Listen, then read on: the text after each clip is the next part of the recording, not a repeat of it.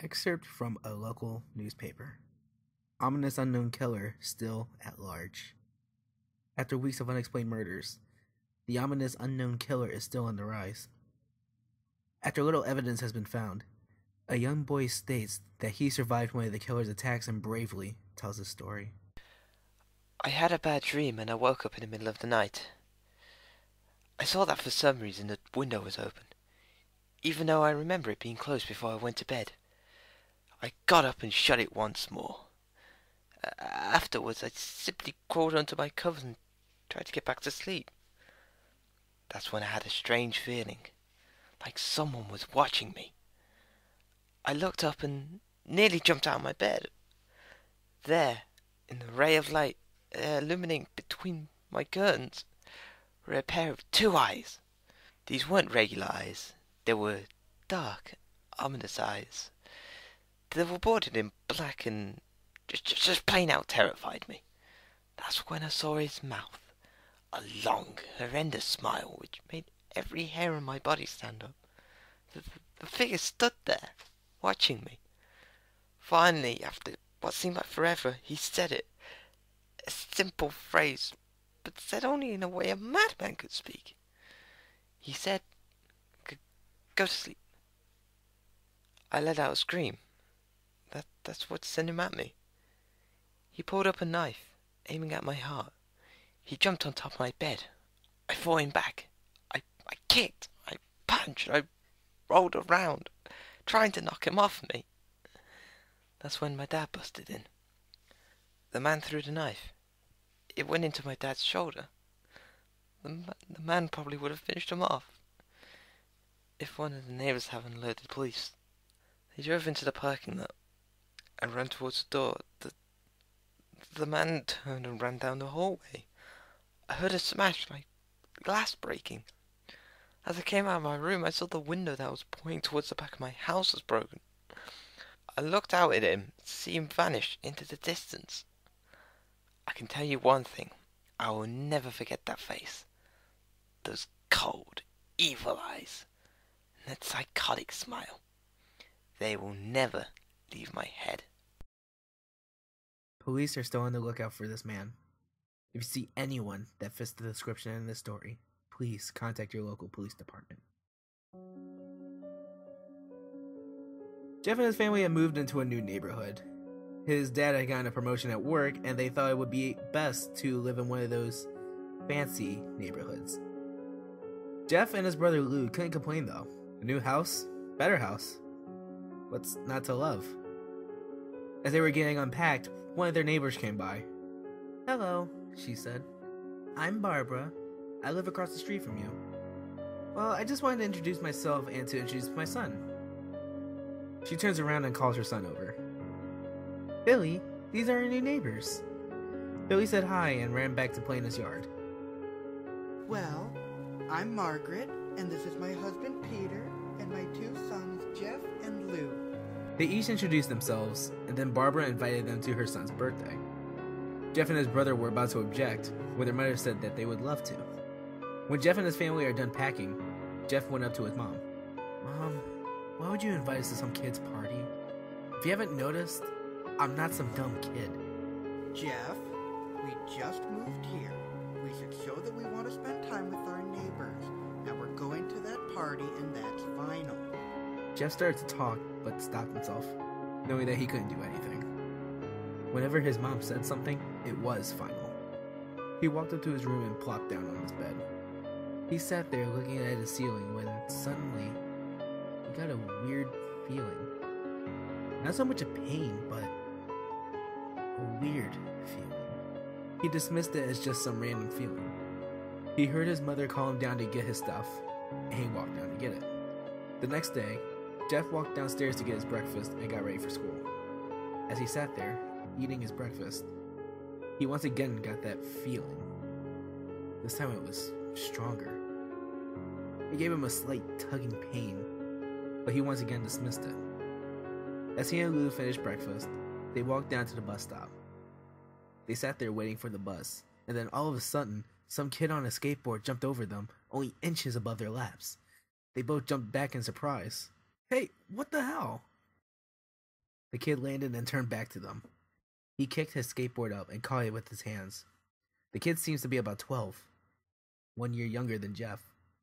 He wears an Aeropostale shirt and ripped blue jeans. Well, well, well. It looks like we got us some new meat. Suddenly, 2 other kids appeared. One was super skinny and the other was huge. Well, since you're new here, I'd like to introduce ourselves. Over there is Keith. Jeff and Lou looked over to the skinny kid.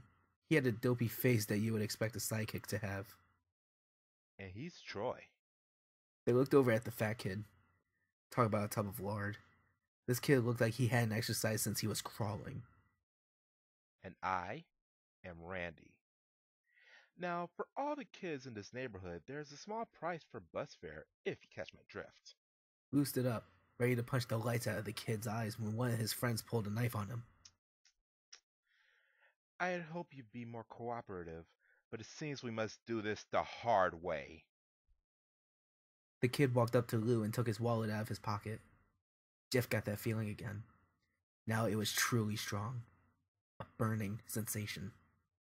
He stood up, but Lou gestured him to sit down. Jeff ignored him and walked up to the kid. Listen here, you little punk. Give back my bro's wallet or else. Randy put the wallet in his pocket and pulled out his own knife. Oh, and what will you do? Just as he finished the sentence, Jeff popped the kid in the nose. As Randy reached for his face, Jeff grabbed the kid's wrist and broke it. Randy screamed and Jeff grabbed the knife from his hand. Troy and Keith rushed to Jeff, but Jeff was too quick. He threw Randy to the ground. Keith lashed out at him, but Jeff ducked and stabbed him in the arm. Keith dropped his knife and fell to the ground, screaming. Troy rushed him too, but Jeff didn't even need the knife. He just punched Troy straight in the stomach, and Troy went down. As he fell, he puked all over. Luke could do nothing but look in amazement at Jeff. Jeff, how'd you... They saw the bus coming and knew they'd be blamed for the whole thing, so they started running as fast as they could. As they ran, they looked back and saw the bus driver rushing over to Randy and the others. As Jeff and Lou made it to school, they didn't dare tell what happened. All they did was sit and listen. Lou just thought of it as his brother beating up a few kids, but Jeff knew it was more. It was something scary. As he got that feeling, he felt how powerful it was. The urge to just hurt someone. He didn't like how it sounded, but he couldn't help feeling happy. He felt that strange feeling go away, and stay away for the entire day of school. Even as he walked home due to the whole thing near the bus stop, and how now he probably wouldn't be taking the bus anymore, he felt happy. When he got home, his parents asked him how his day was. He said, in a somewhat ominous voice, "It was a wonderful day." Next morning, he heard a knock at his front door. He walked down to find 2 police officers at the door, his mother looking back at him with an angry look. Jeff, these officers tell me that you attacked 3 kids, that it wasn't regular fighting, and that they were stabbed. Stabbed, son. Jeff's gaze fell to the floor, showing his mother that it was true. Mom, they were the ones who pulled the knives on me and Lou. Son, we found 3 kids, 2 stabbed, 1 having a bruise on his stomach. We have a witness proving that you fled the scene. Now what does that tell us? Jeff knew it was no use.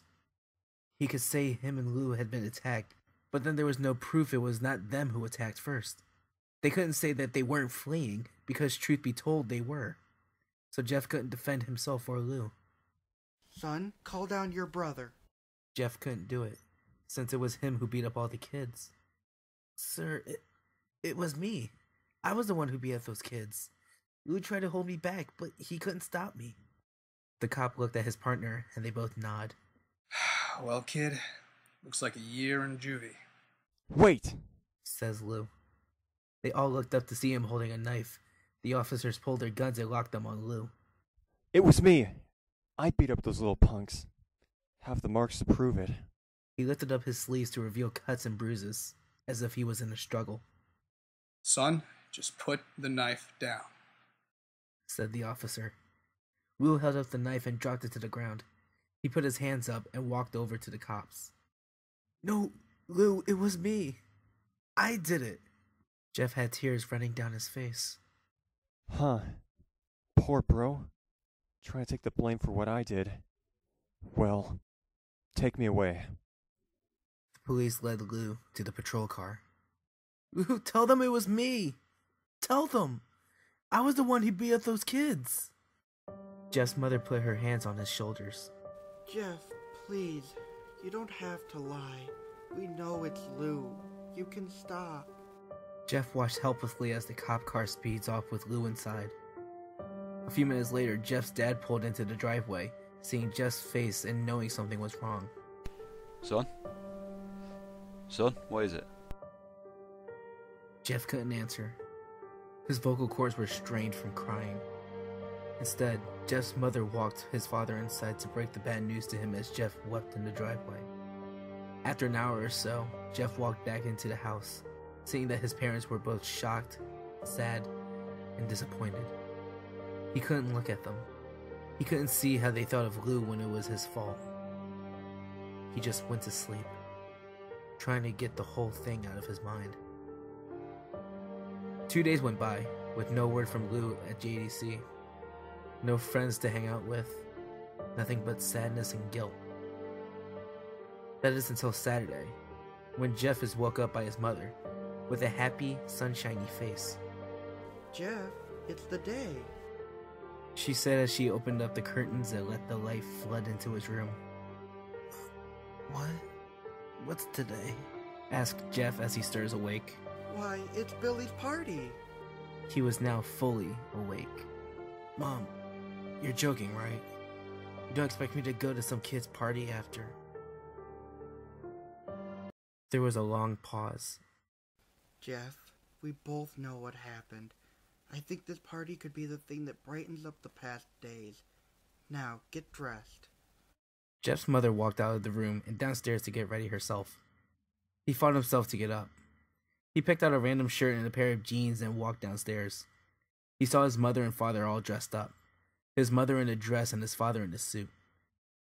He thought why they would ever wear such fancy clothes to a kid's party. Son, is that all you're going to wear? Said Jeff's mom. Better than wearing too much, he said. His mother pushed down the feeling to yell at him and hid it with a smile. Now, Jeff, we may be overdressed, but this is how you go if you want to make an impression, said his father. Jeff grunted and went back up to his room. I don't have any fancy clothes, he yelled downstairs. Just pick out something, called his mother. He looked around in his closet for what he would call fancy. He found a pair of black dress pants he had for special occasions and an undershirt. He couldn't find a shirt to go with it, though. He looked around and found only striped and patterned shirts, none of which go with dress pants. Finally, he found a white hoodie and put it on. You're wearing that? They both said. His mother looked at her watch. Oh, no time to change. Let's just go, she said as she herded Jeff and his father out the door. They crossed the street over to Barbara and Billy's house. They knocked on the door, and it appeared that Barbara, just like his parents, way overdressed. As they walked inside, all Jeff could see were adults, no kids. The kids are in the yard. Jeff, how about you go and meet some of them? Jeff walked outside to a yard full of kids. They were running around in weird cowboy costumes and shooting each other with plastic guns. He might as well be standing in a Toys R Us. Suddenly, a kid came up to him and handed him a toy gun and a hat. Hey, wanna play? No, kid. I'm way too old for this stuff. The kid looked at him with that weird puppy dog face. Please? Said the kid. Fine. He put on the hat and started to pretend shoot at the kids. At first he thought it was totally ridiculous, but then he started to actually have fun. It might not have been super cool, but it was the first time he had done something that took his mind off of Lou. So he played with the kids for a while, till he heard a noise. A weird rolling noise. Then it hit him. Randy, Troy, and Keith all jumped over the fence on their skateboards. Jeff dropped the fake gun and ripped off the hat. Randy looked at Jeff with a burning hatred. Jeff, is it? We have some unfinished business. Jeff saw his bruised nose. I think we're even. I beat the crap out of you, and you get my brother sent to JDC. Randy got an angry look in his eyes. Oh no, I don't go for even. I go for winning. You may have kicked our asses that one day, but not today.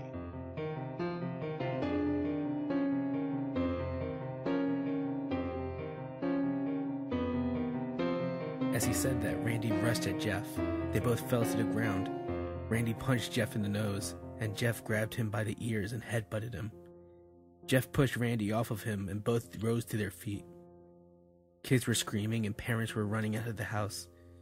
Troy and Keith both pulled guns out of their pockets. No one interrupts or guts will fly! Randy pulled a knife on Jeff and stabbed him into his shoulder.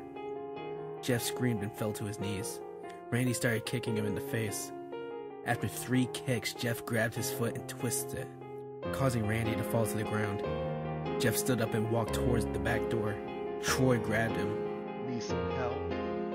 He picks up Jeff by the back of the collar and throws him through the patio door. As Jeff tries to stand up, he is kicked down to the ground. Randy repeatedly starts kicking Jeff until he starts to cough up blood. Come on, Jeff. Fight me!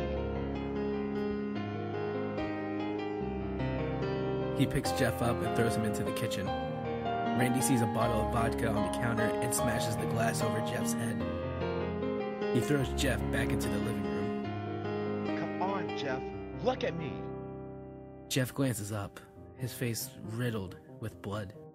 I was the one who got your brother sent to JDC, and now you're just gonna sit here and let him rot there for a whole year. You should be ashamed. Jeff starts to get up. Oh, finally, you stand to fight. Jeff is now to his feet, blood and vodka on his face. Once again, he gets that strange feeling, the one in which he hasn't felt for a while. Finally, he's up, says Randy as he runs at Jeff. That's when it happens. Something inside Jeff snaps. His psyche is destroyed. All rational thinking is gone. All he can do is kill. He grabs Randy and pile drives him into the ground. He gets on top of him and punches him straight in the heart. The punch causes Randy's heart to stop. As Randy gasps for breath, Jeff hammers down on him. Punch after punch. Blood gushes from Randy's body until he takes one final breath and dies. Everyone is looking at Jeff now. The parents, the crying kids, even Troy and Keith. Although they easily break from their gaze and point their guns at Jeff, Jeff sees the guns train on him and runs for the stairs. As he runs, Troy and Keith let out fire on him, each shot missing. Jeff runs up the stairs. He hears Troy and Keith follow up behind. As they let out their final rounds of bullets, Jeff ducks into the bathroom. He grabs the towel rack and rips it off the wall. Troy and Keith race in, knives ready. Troy swings his knife at Jeff, who backs away and bangs the towel rack into Troy's face. Troy goes down hard, and now all that's left is Keith. He's more agile than Troy, though, and ducks when Jeff swings the towel rack. He dropped the knife and grabbed Jeff by the neck. He pushed him into the wall. A thing of bleach fell down on top of him from the top shelf. It burnt both of them, and they both started to scream. Jeff wiped his eyes as best as he could. Jeff pulled back the towel rack and swung it straight into Keith's head. As he lay there, bleeding to death, he let out an ominous smile. "What's so funny?" asked Jeff. Keith put out a lighter and switched it on. What's funny, he said, is that you're covered in bleach and alcohol. Jeff's eyes widened as Keith threw the lighter at him. As soon as the flame made contact with him, the flames ignited the alcohol in the vodka. While the alcohol burned him, the bleach bleached his skin. Jeff let out a terrible screech as he caught on fire. He tried to roll out of the fire, but it was no use. The alcohol made him a walking inferno. He ran down the hall and fell down the stairs. Everybody started screaming as soon as they saw Jeff. Now a man on fire dropped to the ground, nearly dead. The last thing Jeff saw was his mother and the other parents trying to extinguish the flame. That's when he passed out. When Jeff woke up, he had a cast wrapped around his face. He couldn't see anything, but he felt a cast on his shoulder and stitches all over his body. He tried to stand up, but he realized that there was some tube in his arm, and when he tried to get up, it fell out, and a nurse rushed in. I don't think you could get out of bed just yet, she said as she put him back in his bed and reinserted the tube. Jeff sat there, no vision, no idea what his surroundings were. Finally, after hours, he heard his mother. Honey, are you okay? She asked. Jeff couldn't answer, though. His face was covered, and he was unable to speak. Oh, honey, I have great news. After all the witnesses told the police that Randy confessed to trying to attack you, they decided to let Lou go. This made Jeff almost bolt up, stopping halfway, remembering the tube coming out of his arm. He'll be out by tomorrow, and then you two will be able to be together again. Jeff's mother hugs Jeff and says her goodbyes. The next couple of weeks were those where Jeff was visited by his family. Then came the day where his bandages were to be removed. His family were all there to see it, what he would look like. As the doctors unwrapped the bandages from Jeff's face, everyone was on the edge of their seats. They waited until the last bandage holding the cover over his face was almost removed. Let's hope for the best, said the doctor. He quickly pulls the cloth, letting the rest fall from Jeff's face. Jeff's mother screams at the sight of his face. Lou and Jeff's dad stare awestruck at his face. What's happened to my face? Jeff said. He rushed out of bed and ran to the bathroom. He looked in the mirror and saw the cause of the distress. His face. It's horrible. His lips were burnt to a deep shade of red. His face was turned into a pure white color, and his hair singed from brown to black. He slowly put his hand to his face. It had a sort of leathery feel to it. He looked back at his family, then back at the mirror. Jeff, said Lou. It's not that bad. Not bad, said Jeff. It's perfect. His family were equally surprised. Jeff started laughing uncontrollably. His parents noticed that his left eye and hand were twitching. Jeff? Are you okay? Okay? I've never felt more happy. Look at me. This face goes perfectly with me. He couldn't stop laughing. He stroked his face, feeling it, looking at it in the mirror. What caused this? Well, you may recall that when Jeff was fighting Randy, something in his mind, his sanity, snapped. Now he was left as a crazy killing machine. That is, his parents didn't know. Doctor, said Jeff's mom. Is my son all right, in the head? Oh yes. This behavior is typical for patients who have taken a very large amounts of painkillers. If his behavior doesn't change in the next few weeks, bring him back here, and we'll give him a psychological test. Oh, thank you, Doctor. Jeff's mother went over to Jeff. Jeff, sweetie, it's time to go. Jeff looks away from the mirror. His face still formed into a crazy smile. Hey, Mommy.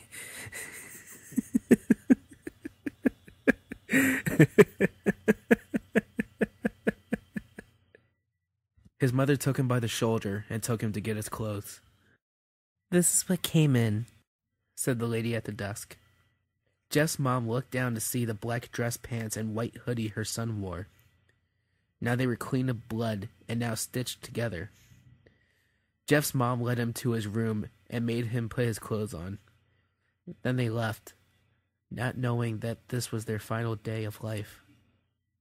Later that night, Jeff's mother woke to a sound coming from the bathroom. It sounded as if someone was crying. She slowly walked over to see what it was. When she looked into the bathroom, she saw a horrendous sight. Jeff had taken a knife and carved a smile into his cheeks. Jeff, what are you doing? Asked his mother. Jeff looked over to his mother. I couldn't keep smiling, Mommy. It hurt after a while. Now, I can smile forever. Jeff's mother noticed his eyes, ringed and black. Jeff, your eyes. His eyes were seemingly never closing. I couldn't see my face. I got tired and my eyes started to close. I burned out the eyelids so I could forever see myself. My new face. Jeff's mother slowly started to back away, seeing that her son was going insane. What's wrong, Mommy? Aren't I beautiful? Yes, son. Yes, you are. Let me go get Daddy so he can see your face. She ran into the room and shook Jeff's dad from his sleep. Honey, get the gun. She stopped as she saw Jeff in the doorway, holding a knife. Mommy, you lied. That's the last thing they hear as Jeff rushes them with the knife, gutting both of them. His brother Lou woke up, startled by some noise. He didn't hear anything else, so he just shut his eyes and tried to go back to sleep. As he was on the border of slumber, he got the strangest feeling that someone was watching him. He looked up. Before Jeff's hand covered his mouth, he slowly raised the knife, ready to plunge it into Lou. Lou thrashed here and there, trying to escape Jeff's grip. Shh, Jeff said. Just go to sleep.